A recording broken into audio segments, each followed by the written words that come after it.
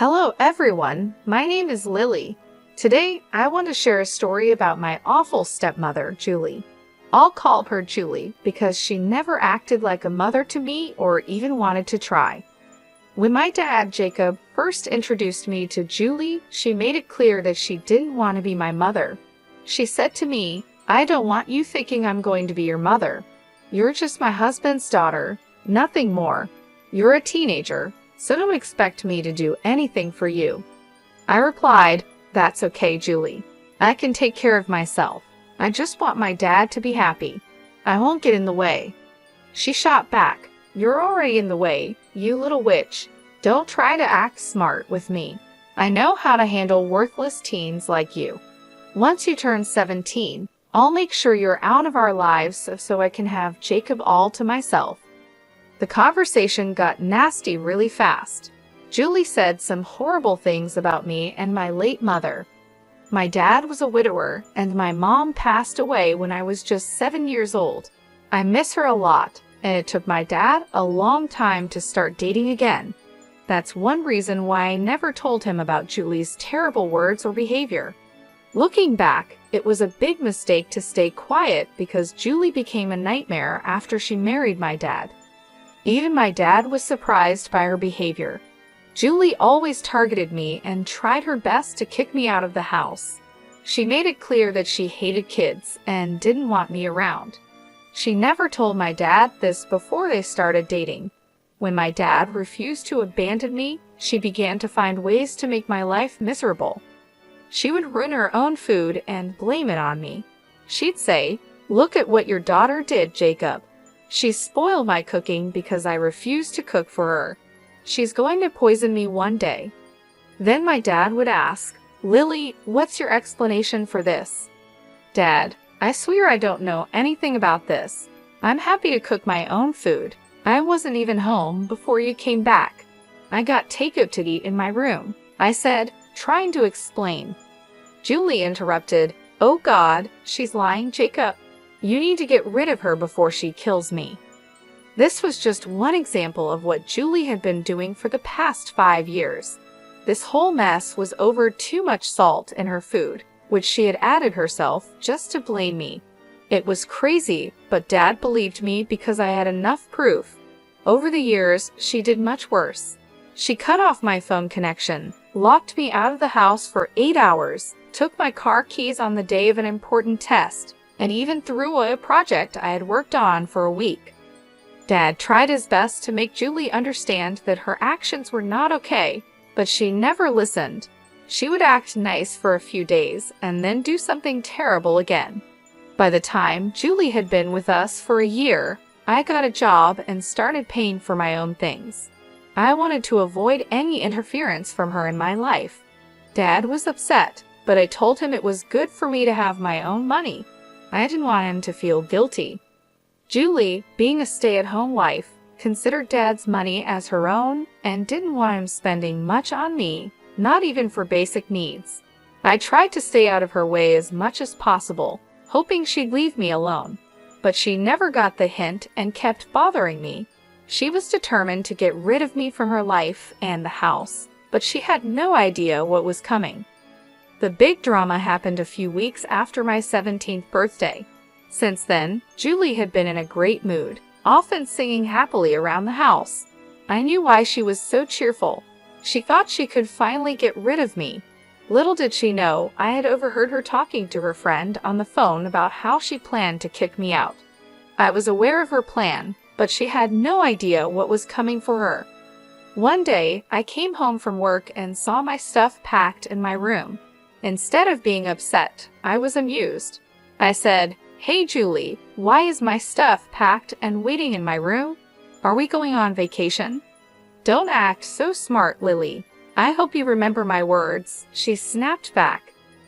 "I told you that once you turned 17, I would make you leave. Well, now it's time for you to go. I've decided to be nice and pack your things to make it easier for you. You want to kick me out of my house. Oh no, Lily, this is my house and I don't need to keep you here anymore. I'll deal with Jacob later, but you were definitely leaving." Julie had a smug look on her face, showing she was happy with herself. She was already thinking about what to do with my room. But I said, "Not so fast, Julie. Karma is coming for you." I calmly took some papers from my bag and gave them to her. She looked confused, so I smirked and said, "I think you should look at these papers first, Julie. I've been meaning to give them to you for a while. It's good you mentioned eviction today. It reminded me of these documents." "What are these papers? Why do I need to read them?" she asked. "Why don't you take a look and find out?" I replied. Julie sat down and started to read the papers I had given her. At first, she looked confused, then her face changed to shock and disbelief. She looked at me, then back at the papers. Her expression turned angry. "Is this an eviction notice in my name?" "What the hell, Lily? What does this mean?" she asked. "It means I want you out of my house in a month. You know, the usual thing an eviction notice means," I said. "You can't serve me eviction papers. You can't do that.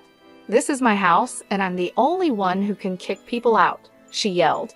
No, Julie, this is my house and always has been. My dad was just a caretaker who held it for me until I turned 17. Now that I'm 17, the house is mine. I recently finished the paperwork," I explained. No, that's impossible. Jacob can't just give you this house. This is our marital property, and he can't give it to you without asking me," she protested. "How is this a marital property, Julie? Dad had this house long before you were around. I guess he didn't tell you that it belonged to my maternal grandparents. They left it to me and had Dad take care of it until I was old enough," I said. "I turned 17 just a few weeks ago." No, you must be lying to me. This can't be true. You're trying to scam me and kick me out of the house. Wait till your father hears about this. He will kick you out instead," Julie yelled. She made the mistake of calling my father downstairs, forgetting she never asked him if she could kick me out. Even if the house belonged to him, she should have asked. She knew he would say no, so she tried to do it behind his back. In her rush, she forgot this detail and decided to involve Dad. I wasn't complaining. It was better for me this way. Dad came downstairs to see what all the yelling was about. He said, "Whoa, calm down, Julie. Why are you screaming like that? What's wrong?" "Why wouldn't I be screaming? Your daughter is making wild claims again. She says this house belongs to her and she's kicking me out," Julie shouted. Dad turned to me and asked, "Lily, what is going on? I need to know the truth." I knew Dad would ask for my side. He's a good father and knows his wife can be very mean. He always listens to both sides before taking action, which Julie hated. She wanted him to always side with her, no matter who was right. They fought about this a lot, but Dad wanted to be fair to everyone. That's why he asked for my side too. I explained. Julie called me down and said she was kicking me out. She told me I couldn't stay in her house anymore. I knew she was planning this because I overheard her talking on the phone. So I decided to kick her out instead. I gave her an eviction notice. Dad was shocked and turned to Julie. "What the hell, Julie? Who gave you permission to try and kick my daughter out? You never discussed this with me. Why am I hearing about this now?" Julie realized she had made a mistake. She was so upset by the eviction notice that she forgot she'd be caught. I saw her panic for a moment. Then she turned hostile and defensive like she always does. She snapped, "Your daughter is already an adult, Jacob." She had turned 17, and we let her stay in the house for a month without paying rent. Most parents kick their kids out when they turn 17. We need to make Lily learn to live on her own and become responsible. That's for me to decide, Julie. You are not, and never have been, her parent. You didn't even help with anything related to Lily. How did you think it was okay to decide when to kick out my daughter? You were being unfair, Jacob. All these years, I put up with your favoritism because Lily was a teenager. But now she needs to go. I won't let her stay in my house anymore. Who said this is your house? Which deed shows this house is in your name? Well, it's your place, so I have equal rights to it since I am your wife. This is my house too. I won't allow Lily here anymore. She needs to go. This is not your house, and even if it was, you have no right to it. This is Lily's house, and it's in her name. Julie went pale when she heard that. She didn't expect my dad to agree with me and say the house belonged to me. She lived in her own world where everything was hers just because she said so. Hearing otherwise was a big shock for her. She started to cry and said, "Why would you say such a thing, Jacob?" "Because the house belongs to Lily. I'm just telling the truth. What's wrong with that? You gave Lily the house without talking to me. How could you do this, Jacob? I'm your wife. You should have discussed this with me. I am not okay with this. You had no problem going behind my back and trying to kick my daughter out. Why can't I do the same, Julie? Talk about double standards. There was nothing to discuss. This house was always meant for Lily. I was just the trustee who took care of it until she turned 17. The house was transferred to her name recently." Julie finally understood that we were telling the truth. Dad even offered to show her the papers if she needed proof. She was in too much shock to say anything coherent. She just said, "You deceived me, Jacob. I thought the house was yours. You lied to me. This is not fair." "I never lied to you, Julie. You never asked whose house this was when we got married. We signed a prenup that said our personal assets stay personal." "Oh my God, this can't be true. You should have told me, Jacob. Now Lily is throwing us out. Look at how ungrateful your daughter is." "Jacob, I'm not throwing you out, Julie. That's just for you. You won't get to live in my house anymore. I might have let you stay, but after you tried to kick me out, I changed my mind. You're the one who has to leave. If you kick me out, your dad will follow too. We're a couple. He won't leave his wife." My father laughed out loud. He had been thinking about leaving Julie for a while, but he wasn't sure. Today made the decision easy for him. He said, "Actually, no, Julie. I'm not following you. I will stay here and take care of my daughter. I've been thinking about divorce for a while, and what you did today sealed the deal. I'll be filing tomorrow. Be ready for it." "Wait, are you going to divorce me? You want to leave me for your daughter? You can't do that." "Yes, I can, Julie. Did you think I'd forgive you for tormenting my daughter for 4 years? Absolutely not. I thought you might change, but I see now you'll always be toxic. I don't want someone like that in my or my daughter's life." Julie stepped back as if she had been hurt. She never expected a divorce so soon. My dad is usually a quiet man who doesn't do anything drastic. This was very unlike him. He was mad, and you could see it on his face. He didn't shout, but his tone showed how angry he was. This made Julie even more anxious. She started arguing with my dad, and I decided to leave them and go to my room. Dad and Julie fought for an hour, with Julie shouting and crying while my father calmly explained his reasons. After the argument, Dad came to my room. He seemed a bit sad and wouldn't look me in the eye. He sat down and said, "Lily, I know I need to apologize to you. I'm sorry, dear. I should have done a better job of protecting you from Julie. I thought being fair and avoiding fights would make things better.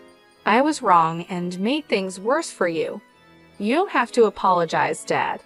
I know you loved Julie, and she wasn't like this when you married her. People change, and it can take time to understand these changes."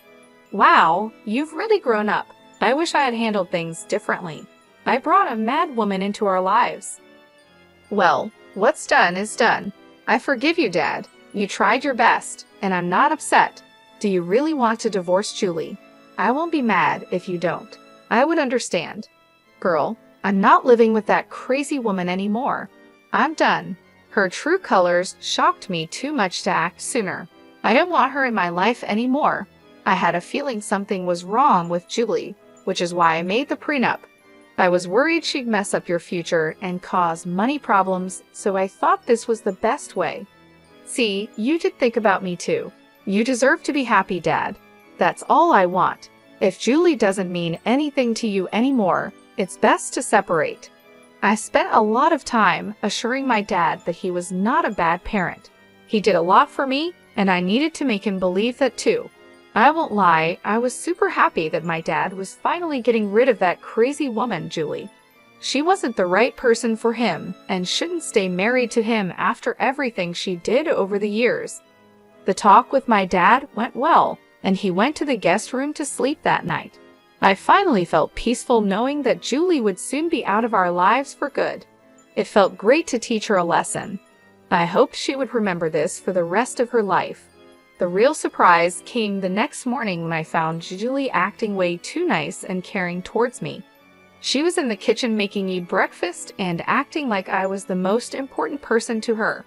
Even Dad was giving her a strange look and looked at me with confusion. When breakfast was over, I said, "Thanks for breakfast, Julie, but you don't have to do this anymore. I can make my own food, as I have for the last 7 years. No need to change things all of a sudden." "What nonsense, Lily. I'm happy to do this for you. Eating together can bring us closer as a family," she replied. "What's the point? We won't be a family much longer. You should have done this years ago. It's too late now." "Oh, come on, Jacob. Don't be so hard on me. I'm trying. I can make this work. I'll start being a better parent to Lily. We'll be the best mother-daughter duo ever, right, Lily?" I knew what Julie was trying to do. She was cornered and spent the night coming up with a plan. I knew better than to trust her. Looking at Dad, I could see he wasn't going to trust her either. He just looked a bit amused. Since Julie was waiting for my response, I said, "I don't think so, Julie. First of all, I'm 17 and don't need a new parent. I pay my own bills and will be off to college soon. Secondly, you are not and will never be my mother. That word doesn't suit you at all. Lily, I'm sorry for being so mean to you before. You need to give people a chance. We could be a happy family if you just give me a chance. It will also help strengthen my marriage with your dad." Dad replied, "Julie, you have a few months left of this marriage. I don't know what you're trying to strengthen. If it's an attempt to stay in this house, I'm sorry to say it won't work. You're being kicked out, and I'm going to divorce you anyway. The damage is already done. There's no point in trying to act all innocent and sorry now. I know you better than that, Julie." She saw that her new plan wasn't working, and it seemed like she had run out of options. Julie couldn't threaten to ruin Dad financially because of the prenup she had signed when they got married. She had no leverage left. Her only remaining tactic was to beg and cry, hoping for some sympathy. She started crying hysterically, pleading with me not to kick her out. She begged me to talk to Dad and ask him to give her another chance. She then turned to Dad, begging him to be more forgiving and to reconsider his decision to divorce her. The entire day turned into a long, painful ordeal with Julie begging and pleading for mercy. Since both Dad and I were off work that day, we had no choice but to endure her desperate attempts to change our minds. She followed us around the house, tears streaming down her face, and her voice trembling with desperation.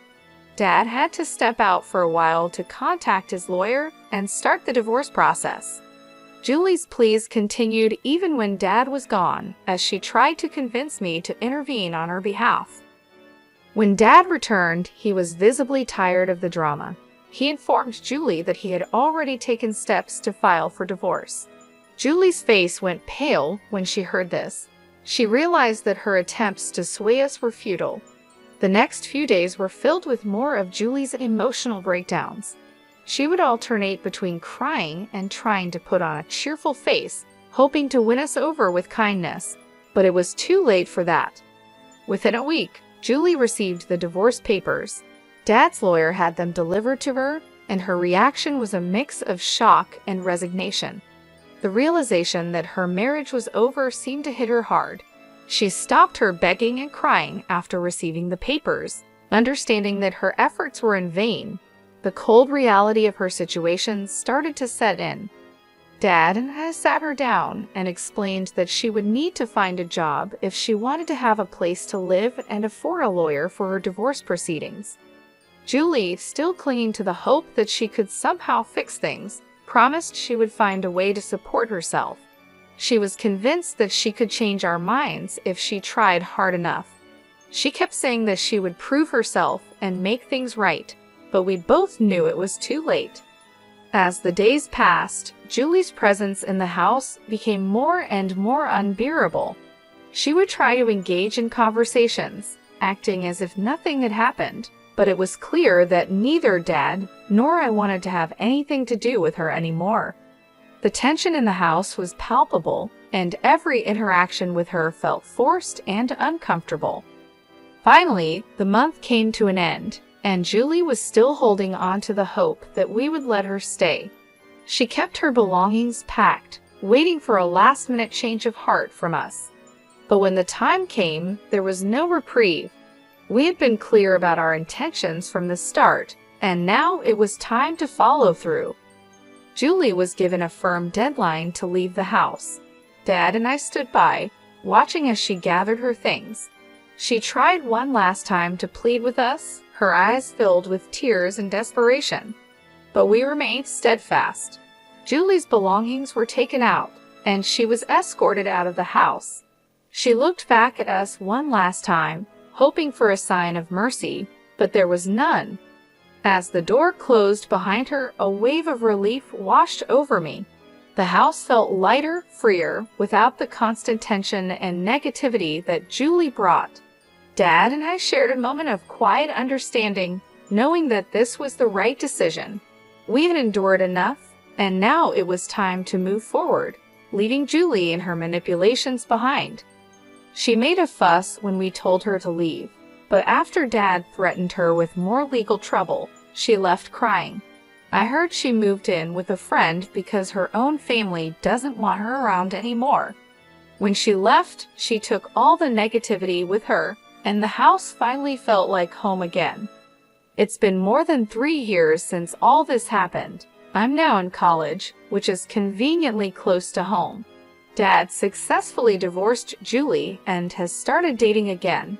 He says he's not looking to settle down, but just wants some companionship from time to time. Life at home has been peaceful since Julie left, and Dad and I have grown closer. We often laugh about the drama that once filled our lives and how much better things are now. As for Julie, the last I heard, she moved into a small flat with several roommates. She's struggling to make ends meet because she doesn't have many skills or qualifications. Julie is working a minimum wage job and is just barely getting by. She's living a very different life from the one she tried to control in our house. I saw her from a distance at a grocery store a few months ago. She looked worn out and seemed to have aged a lot. Her hair was messy, and she had dark circles under her eyes. She looked nothing like the confident woman who tried to take over our lives. It was clear that life had taken its toll on her, and she was no longer the powerful person she once pretended to be. Seeing her like that made me realize that karma had caught up with her. She tried to manipulate us and take control, but in the end, she ended up with nothing. I couldn't help but feel a sense of relief knowing that she was no longer a part of our lives and that we were finally free from her negativity. The house, once filled with tension and arguments, now felt warm and welcoming. My dad and I have been able to move on with our lives. We often talk about how much better things are now and how grateful we are to have each other. Dad has even started taking up new hobbies like gardening and cooking, things he never had time for when Julie was around. We've created a peaceful and happy home, one that is full of love and laughter. Julie's departure has been a blessing for both of us that has allowed us to rebuild our lives and focus on what truly matters. We no longer have to deal with her constant drama and manipulation. Instead, we've been able to enjoy the simple pleasures of life, like spending time together and making new memories. As for Julie, I hope she has learned from her mistakes. Life has not been easy for her, and I believe that she has finally realized that you can't build happiness on lies and deceit. The last time I heard anything about her, she was still struggling to make ends meet and living a very difficult life. She's working hard to survive, and I think she has finally understood the consequences of her actions. I don't wish anything bad on her. I hope that she can find a way to turn her life around and learn to live with honesty and integrity. Perhaps the struggles she's facing now will teach her valuable lessons and help her become a better person. In the end, everyone deserves a chance to change and improve their lives. Looking back, I'm grateful for the challenges we faced. They made us stronger and brought us closer together. My dad and I have become a great team, and we've learned to appreciate each other even more. We've built a life filled with love, respect, and understanding, and for that, I am truly thankful. Julie's story serves as a reminder that trying to hurt others and take what isn't yours will only lead to your own downfall. It's important to live a life of kindness, honesty, and respect for others. I hope Julie has found some peace in her new life and has learned from the mistakes she made. As for us, we are happier than ever, and we know that no matter what challenges come our way, we can face them together with strength and love.